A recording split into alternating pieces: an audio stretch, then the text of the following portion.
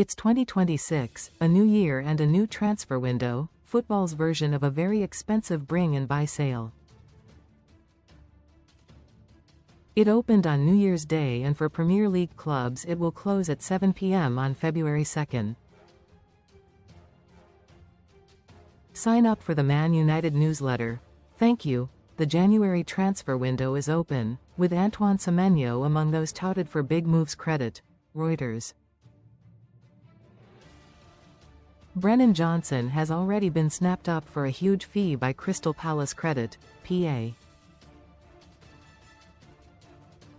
Within the next 4 weeks the fate of many clubs could well be decided.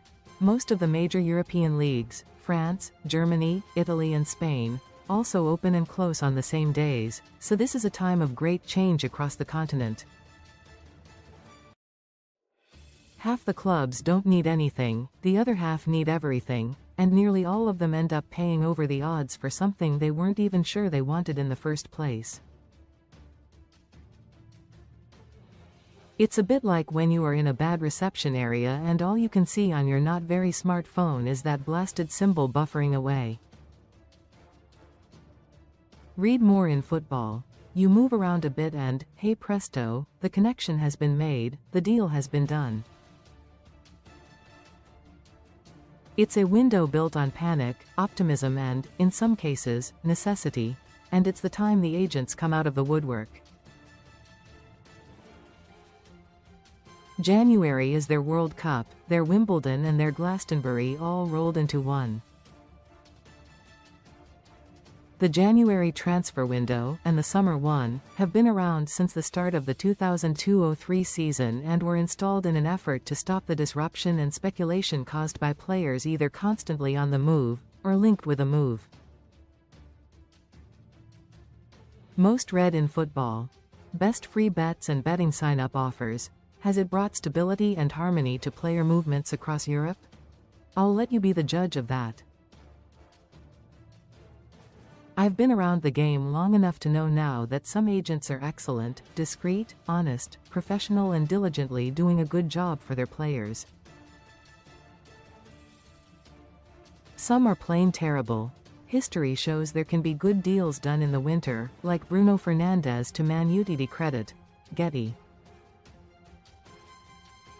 Virgil van Dijk transformed Liverpool after joining them in a January window. Credit.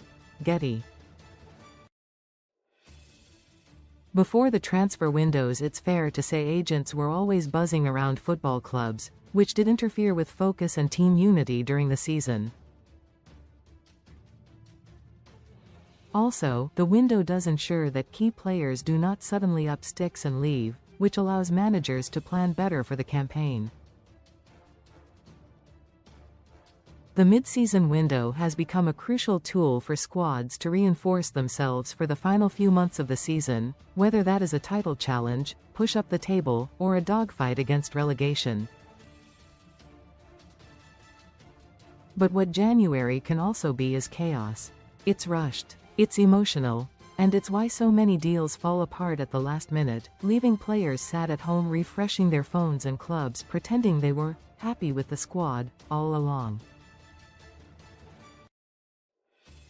But it can also be a positive force. As players get a second chance, careers can be rescued. Clubs can be saved. Sometimes all it takes is the right environment, the right manager and the right timing. We are about to dive in at West Ham, and I am sure there are clubs up and down the land, not just in the Premier League, who are hoping that magical ingredient, new signings, can do the trick. The Women's Super League also has a January transfer window, and I predict records will be broken as the women's game continues to go from strength to strength. Supporters of all clubs want to see their team bolster their squads in order to boost performances.